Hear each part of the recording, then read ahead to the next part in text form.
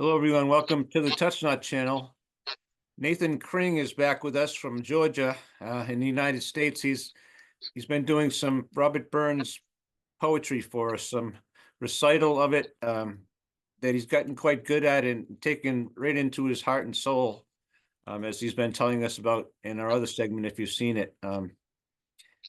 So the address to the haggis at the Robert Burns dinners, Nathan, I know he's addressing the haggis. He's talking to the meal. He's talking to what haggis is and what it means to people as a social stigma, almost. I think of it when I read it and then looked through some of the Scott's translation of the words. It became apparent to me that was the case. What do you think about this one? Well, it's easy to break down into parts. He Yep. talks about the haggis, and then he talks about its features, and then he starts making fun. He says, "Is there that over his French ragout?" Yep. He's making fun of other cuisines, maybe foreign to him. Mm-hmm. And at the end, he kind of takes another stab at foreign cuisine when he talks about uh, oh gosh, I can't remember the words right now because I'm not reciting it, but he talks about jolps and luggies. Yep. Talking about soup, basically. He Yes. wants more hearty meal, that the rustic haggis eat, or the rustic eat in Scotland. But I was drawn to the poem because it's more than just a poem. You act it out, and you pull your knife and you stab the haggis, and you tear into it and all that, and you Yeah. sniff it, and it struck me how masculine and that poem was. Yeah. So the address to a haggis: fair for your honest sonsy face, great chieftain of the puddin race. Abundant all you take your place, peach, tripe, or thairm. Will a ye wordy or grace as lang as my arm, the groaning trencher, there ye fill your herdies, like a distant hill. Your pen would help to mend a mill in time of need, while through your pores the dews distill, like amber bead. His knife, see rustic, labor dicked, and cut ye up with ready slick, trenching your gushing entrails, breath like ony ditch, and then, oh ho ho ho, what a glorious sight! Warm, reeking, wretch. Then horn for horn they stretch and strive, deal like the hindmost on they drive, till all their wheel swelled kites belive are bent like drums. Then all geared man mayst like to arrive, but think it hums. Is there that there is French ragout, or olio that would stow a sou, or fricassee would make her spew with perfect scunner? Looks doon, we sneer and scornful view on second dinner. Oh, Herr Devil, see him o'er his trash, his fakeless as a withered ash, his spinel shanker get whiplash, his knave a nut, through bloody flood or field to dash. Oh, how unfit! But mark the rustic, haggis fed, the trembling earth resounds his tread, clapping his wally neva blade, he'll make a whistle, and legs, and arms, feet will snade like taps o' thistle. Ye poors, will make mankind ye care, and dish them out their bill o' fare.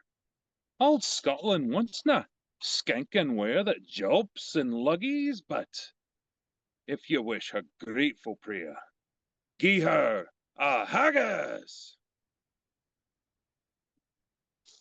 I think it's compelling that at the end of that he gives thanks to the Lord for the food, and also thanks him that it's not like other people's food that's not as hearty. Right. We ate haggis every day in Scotland, and we really enjoyed it. Oh, I bet, Nathan. He's to me, he's saying, this is the way I deciphered it. Say what you want about the Scots, but and what they eat, but who are you going to call when you want some limbs lopped off? There you go. Yep. You know, That's right. how's that? That's Yeah. because when you read these words, folks, slowly off the page, as I've tried to do, and use another section which gives you some translation of the Scots words that Burns uses, then you can come up with your own interpretations, of course. But he's defending the national dish against others, and he does this in many different cases, actually. And I'm fascinated by him. I truly am, Nathan. Just fascinated by these pieces and the work that went into them, and the many ways they can be interpreted, I think, probably. Oh yeah. I think that's part of the magic of it is you get to determine what it means to you, Right. because it's not like we can tap him on the shoulder and say, "Hey, why'd you write this way?" You know. Right. I'd be willing to bet that, I think I wrote you this in an email, that over 80% of, maybe not 80%, but a large percentage of people at Burns night dinners are just listening to some kind of drivel up there, and then eating the meal and going home. And Yeah, and having not knowing what's splash going on. or whiskey. Yeah. Yeah, well, now when I go to my next in January, I'm going to know what's happening, and just what attitude is being used to address that haggis. It's thanking it, it's praising it, just a myriad of emotions in the whole thing. Oh yeah. And what a performance you did with the cutlery and all the accoutrements. That was fantastic. Thank you. Yeah, I choose not to work with this bad boy, especially with the arms and legs and heads, because this is heavy enough. It'll break your wrist if you start swinging it around and you're not used to it. Oh, That's I'm what sure I call it, an old wrist breaker. it'll take you with it. Yes, I'm sure. Yeah. Now another of the season that is upon us soon. Another of Burns' classics that people know is Auld Lang Syne. Of course, I think it's probably become to known for New Year's, of course, but I don't believe it was always stuck at that one. It is for us today, and has been for many, many years. Yeah, and this is another one like the Selkirk Grace that I've read that Robert Burns heard bits and pieces of this, being Okay. repeated in his culture, and he took it and basically, for lack of a better term, standardized it and made it his own. Right. And preserved it, right? Preserved these things, really. Without him writing it down, no one would have, in a lot of cases. And that's one of the things that I like about putting all this garb on and reciting these poems is it keeps history alive. I don't like the idea of history starting today or even yesterday. I like history the way it is, and being able to reach back in the 1700s and hear these words, and Right. getting an understanding of what they mean and how human they are. I think sometimes we like to sterilize the past or make it into something that it wasn't, and Burns' works really bring the past to life, for me at least. And they're timeless. Some of the commentary, the social commentaries he brings with the words are timeless. Like we spoke in another segment about the mouse. I mean, was it the mouse? Yes, does not have to face the past or the future as a man does. And those are timeless Yes, concepts, Nathan, absolutely. Auld Lang Syne. Should old acquaintance be forgot and never brought to mind? Should old acquaintance be forgot and auld lang syne? We twa hae rin about the braes and put the goings fine, but we wandered mony a weary fit sin auld lang syne. We twa hae paddled in the burn frae morning sun till dine, but seas between us braid he roared, sin auld lang syne. And there's a hand, my trusty fear, and gie's a hand o' thine, and we'll take a recht good willie walk for auld lang syne.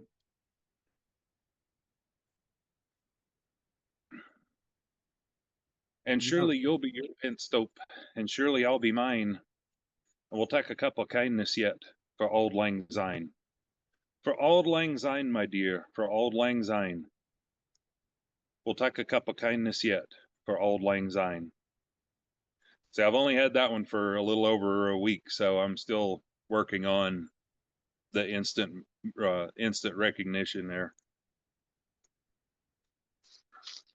I'm just thinking now that he not only did he preserve a lot of the culture and the ways they lived, but the way they sounded and the words they used, the language, whether or not what he wrote, of course, is a huge part of everything, but just the words that he wrote it in is another facet to this man. Yes, and I don't want to be mistaken that I know what an 18th century person from Ayrshire sounded like. You Right. know, I'm doing my best with the modern reproductions that I have available to me. Mm-hmm. Sure, but some of these books that I've been reading, of course, you need it's a glossary of terms for the Scots words. Some of them are easily seen through, you might say. Others are very mysterious, and I spent a lot of page flipping hours in this, Nathan. I'm sure you have as well. Yes, my volume also has a glossary in the back of it, so they were thoughtful enough to put that in there. And one of the things that I particularly enjoy about my volume is there's also a reference in the back that is of first lines. So if you find a work of his, but it may be known by different names. Yep. For example, A Man's a Man for All That is known by about 3 different names. So you're not sure what the volume might call it. Right. And the volume table of contents is not in alphabetical order. So you can go to that glossary in the back, or that reference in the back. It's almost like an index, and it's just of the first line. So if you know the first line of the poem, you can figure out where it is in the book then. Indeed. I have a volume here. In fact, I don't know if you can see this on this is, my daughter gave me this. It's from 1860, printed in Boston. Oh, wow. It's a fantastic book. It's got gold on the side and everything. It's Nice. a real gem, Nathan. And luckily she also gave me one I can touch a lot more. Yeah. And they both have the first lines in the glossaries. The large one has The Life of Robert Burns by a Cunningham, he doesn't mention that he's related, but one of the Cunninghams was one of Robert Burns' benefactors. He had about a handful of those patrons that helped the poet eat, which is a fact. From what I've been reading, that's a thing with poets, as it can be with a few pursuits in life. Oh yeah. Absolutely. Now, I a little while ago I was doing a lot of Samhain segments, Nathan, for Halloween, for All Hallows Eve. And I did a reading myself of Tam O'Shanter on the channel because part of it actually, I think it was because it was too lengthy for me to even try the whole thing. But I did a lot of reading. I did a lot of reading about it. I wanted to talk with you a little bit about. I don't know if you know much about the writing of it and how it came about, but from what I read, is a man that was called an antiquarian, Captain Francis Gross. Yes, a writer and researcher, and he was touring there, I suppose, and Robert Burns became his table mate, you might say, through a line of beverages, perhaps. And they met in Dumfries. What's that? They met in Dumfries. That's where Robert Burns was living at the time. And Yes, this captain was a paymaster for the British Army, and he wasn't a very good paymaster allegedly, and he was also a draftsman, and he was going around drawing the antiquities of England, so he decided to draw some antiquities in Scotland. oh, yes. And through a friend, he got in touch with Robert Burns, and Robert Burns said, "Well, you've got to draw this church." Hmm. That's the Alloway Old Kirk, That's right. which And when is Robert Burns was growing up, Hmm. just a stone's throw away from that church, it was always reputedly haunted. Yes, and he said I'll include it in my book if you write a poem about the Kirk. And so it seems that Robert Burns might have started writing that what became Tam O'Shanter before he left that table, and he went into a trance of a sort. Is what it looks like. His wife even says that. Bailey knew he was crossing a road or what he was doing. He was somewhere else in his verse, in his head. This is how he operated. Apparently, it's a very unique characterization of really a snapshot right into his head. I've also heard that it took him a year to finish it. Did you hear about that? I didn't. I know he was right on it within hours or minutes of it I being can imagine. asked of him. It probably intrigued him quite a bit. Right. Maybe he went back and expanded it and wasn't happy with it and this and that. I guess his wife and children were following him on the street and he almost walked right into them, knocked them over. They had to step out of his way. He wouldn't have known what the weather was, or if it was midnight or noontime. He was in another place. And I think we need to thank the heavens or somebody that he was. We wouldn't have what we have today if he didn't go somewhere to develop these thoughts in his head. It's amazing, Nathan. Yeah. All right. So are you ready for this? Please, Tam O'Shanter. When Chapman Billy's lee the street and drouthy neighbours meet, as market days are wearing late and folk begin to tack the gate, while we sit boozing at the nappy and getting foo and unca happy, we think na on the lang Scots miles, the mosses, waters, slaps, and stiles that lie between us and our hame, where sits our sulky, sullen dame, gathering her brews like gathering storm, nursing her wrath to keep it warm. This truth fand honest Tam O'Shanter, as he frae airy nacht did canter. All there, ne'er a tune surpasses, for honest men and bonny lasses.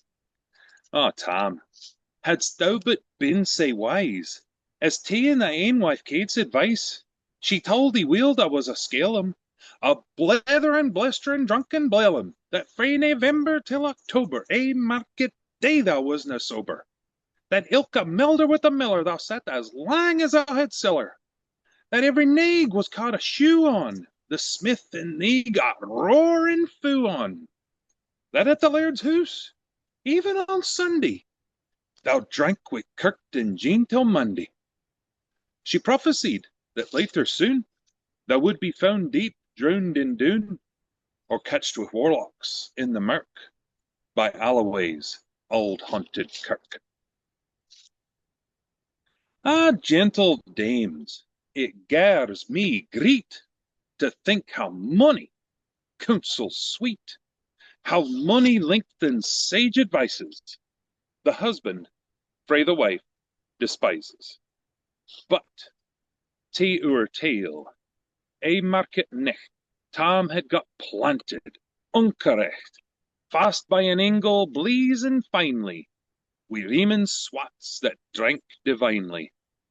And at his elbow, Suitor Johnny, his ancient, trusty, truthy crony. Tom loved him like a vera brother. I'm reciting a poem. I've got a camera. Sure.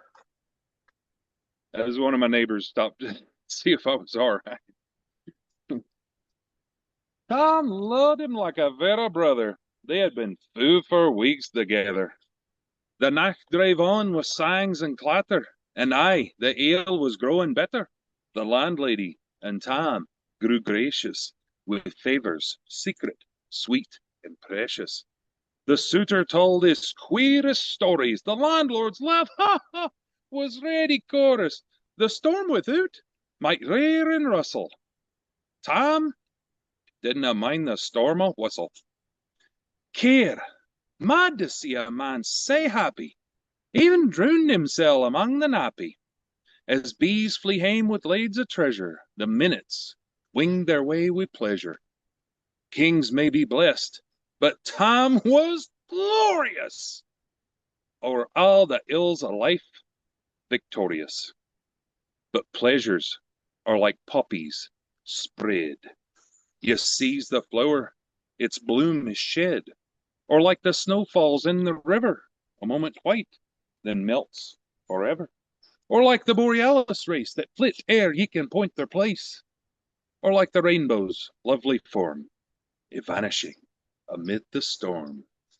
Nae man can tether time nor tide. The hour approaches, Tom maun ride.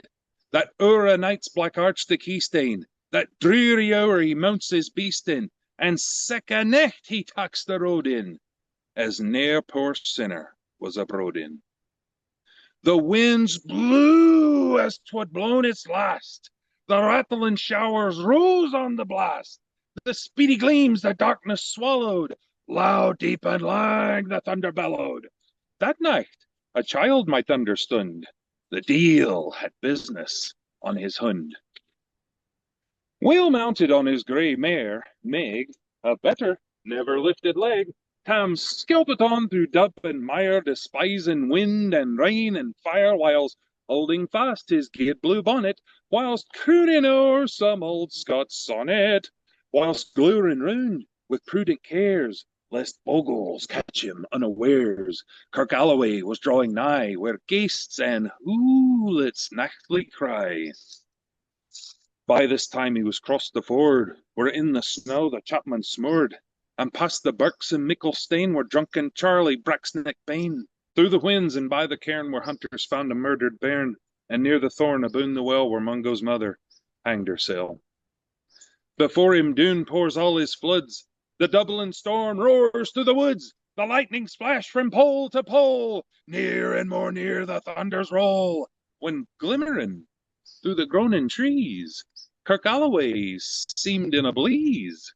Through ilka bore the beams were glancing, and loud resounded mirth and dancing.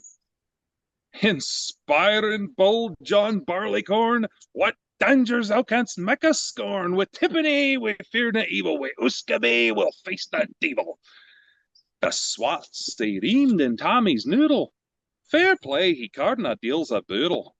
But Maggie stood, reshed, sair astonished, till by the heel and hand admonished, she ventured forward on the licht, and wow, Tom saw an unca secht. Warlocks and witches in a dance.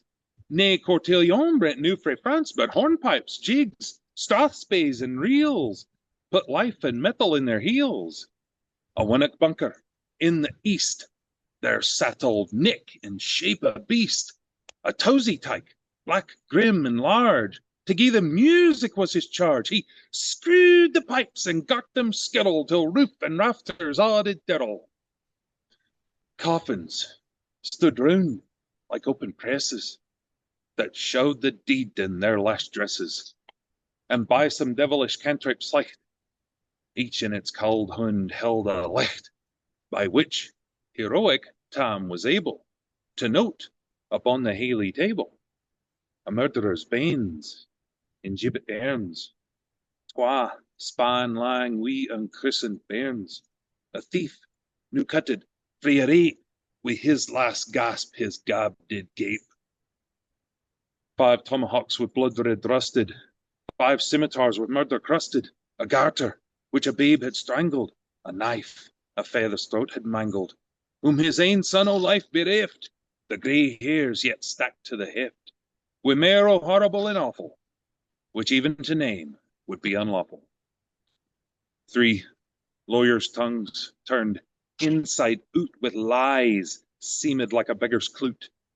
3 priests' hearts rotten, black as muck, lay stinking vile in every nook.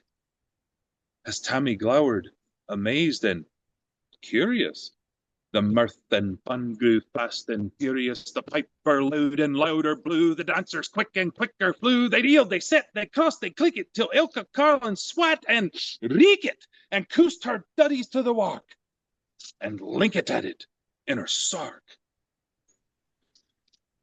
Now, Tom, oh Tom, had they been queens, plump and stopping in their teens, their sarks, instead of creasy flannin, been snow white 1700 linen. The breeks of mine, my ainly pair, that yents were plush o' good blue hair, I would ha' given them off my herdies for a blink of their bonny birdies. But withered beldams, old and droll, rigwoody hags would spin a full, loping and flinging on a crummock. I wonder, didn't I turn thy stomach? But Tom kent what was what, fu brawly. There was a winsome wench in Wally, that night enlisted in the corps, long after Kent on Carrick shore. From mony a beast a dead she shot, and perished mony a bonny boat, and shook baith mickle corn and beer, and kept the countryside in fear. Her cutty sark, o' paisley harn, that while a lassie she had worn, in longitude though sorely scanty, it was her best, and she was vaunty.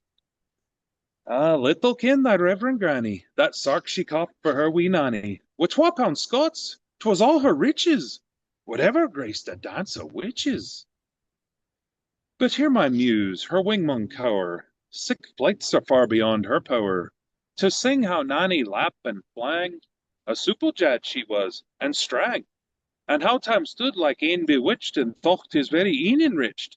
Even Satan glowered and fidged fu fain, and horched and blew with micht and main, till first a caper, syne another, Tam tint his reason altogether, and roars out, "Well done, Cutty Sark!" And in an instant all was dark, and scarcely had he Maggie rallied, when out the hellish legion sallied, as bees buzz out with angry flight when plundering herds assail their bike, as open pussy's mortal foes when pah, she starts before their nose, as eager runs the market crowd when catch the thief resounds aloud. So Maggie runs, the witches follow, with money and eldritch screech and hollow. Ah, Tam, thou get thy farin, in hell they'll roast thee like a herring.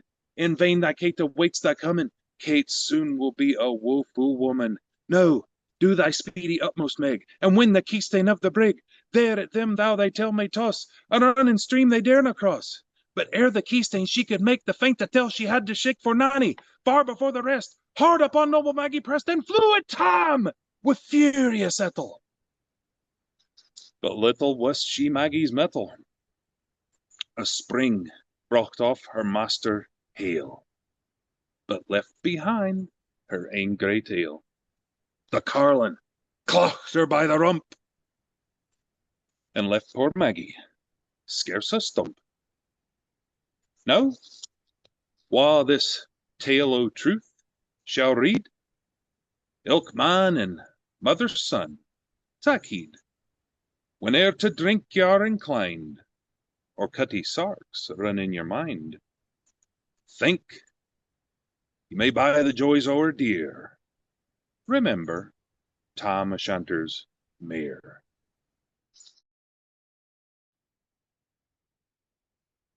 Here's to Tam. My throat got dry. Oh my goodness, you picked up the pace there, Nathan, and my ears are breathless now, if that's a thing. That's fantastic. It goes and goes and goes, and